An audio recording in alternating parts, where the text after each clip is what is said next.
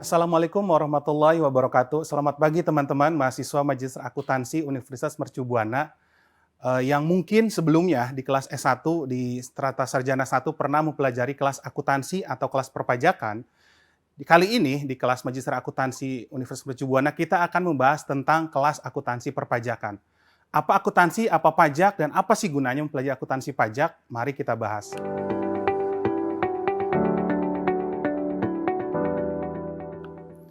Akuntansi adalah pengukuran, pengakuan, penyajian, termasuk jumlah pajak terutang. Sedangkan pajak, tentu saja kita menghitung pajak terutang atas transaksi yang ada di laporan keuangan. Terus dasarnya dari mana? Tentu saja kita paham bahwa akuntansi, laporan keuangan disusunkan berdasarkan standar akuntansi keuangan yang berlaku.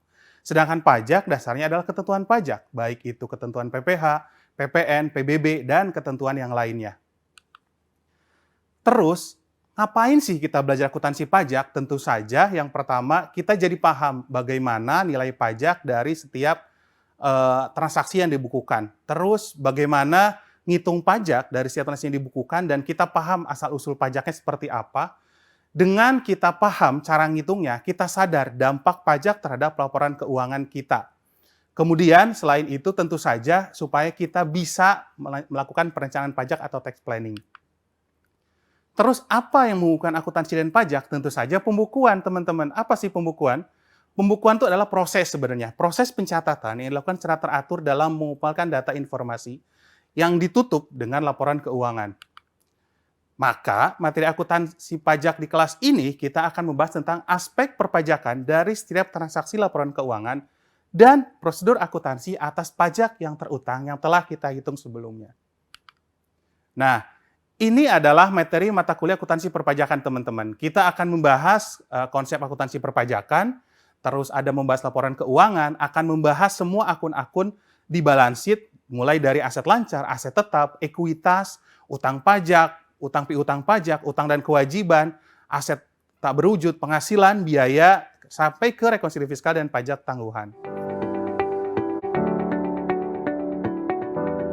Lanjut ke aset lancar ya teman-teman, kita mulai mempelajari tentang akun-akun yang ada di laporan keuangan. Bagian-bagian yang ada di laporan keuangan. Kita mulai dari neraca, mulai dari aset lancar.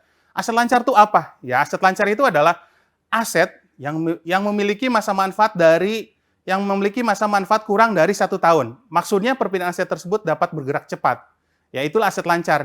Kenapa disebut lancar? Karena gampang dicairkan atau gampang dihabiskan ya. Itu namanya aset lancar. Beberapa akun-akun aset lancar, contohnya ada kas, ada bank, ada surat berharga, piutang, ada biaya dibayar di muka, dan aset lancar lainnya, teman-teman. Terus, apa aja standar akuntansi? Ya, berdasarkan standar keuangan, ada beberapa standar akuntansi yang menyebutkan atau mengatur tentang aset lancar. Salah satunya adalah PSAK 1 tentang penyajian laporan keuangan. Ada juga PSAK 72, teman-teman, tentang pendapatan kontrak yang nanti berhubungan dengan cash atau piutang. Kemudian PSAK 14 tentang persediaan, PSAK 71 tentang instrumen keuangan, dan PSAK lainnya.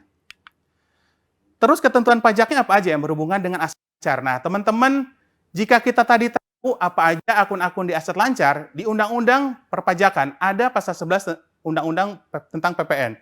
Di situ ada ngejelasin tentang cash, tentang uang cash, di mana kalau kita terima uang, maka dianggap sebagai pendapatan, sebagai objek PPN. Yang kedua, ataupun saat penyerahan barang. Di Undang-Undang PPN-nya, PPN terutang pada saat penyerahan barang atau penerimaan uang, mana yang lebih dahulu. Terus, begitupun tentang piutang usaha ada di pasal tersebut di Undang-Undang PPN. Kemudian ada SE 65 tahun 2013 tentang uji arus piutang. Ya, saat kita diaudit, kita akan melakukan uji arus piutang, lihat merujuk ke SE 65 tahun 2013. Terus ada juga tentang pembentukan dana cadangan. Kita lihat di pasal 9 ayat 1 bahwa itu nggak boleh, gitu ya, di Undang-Undang PPh ini. Terus ada PP 45 tahun 2019 tentang piutang lain kepada pemegang saham, dan Undang-Undang PPh pasal 10 ayat 6, teman-teman, tentang cara menghitung persediaan. Persediaan masuk aset lancar, kita lihat Undang-Undang PPh pasal 10 ayat 6. Gimana cara ngitungnya? Terus ada juga tentang pembelian barang persediaan ya. Jadi kalau misalnya kita beli barang persediaan, terus kita belum PKP, maka PPN masukannya nggak bisa kita kreditkan. Ya, itu tentang pengkreditan pajak masukan untuk barang atau persediaan yang kita beli sebelum kita dikukuhkan sebagai pengusaha kena pajak. Teman-teman, materi kita untuk materi 1 dan 7 kita cukupkan. Nanti kita akan membahas selanjutnya untuk materi 8 sampai materi 15 tentu saja. Saat ini kita selesai cut di utang dan kewajiban. Next-nya kita akan bahas tentang utang piutang pajak, ekuitas, sampai ke pendapatan dan biaya di laporan keuangan sampai selesai di SPT tahunan. Terima kasih teman-teman, semangat untuk melanjutkan mata kuliah kita, untuk melanjutkan pelajaran kita di kelas akuntansi perpajakan. Terima kasih. Assalamualaikum warahmatullahi wabarakatuh.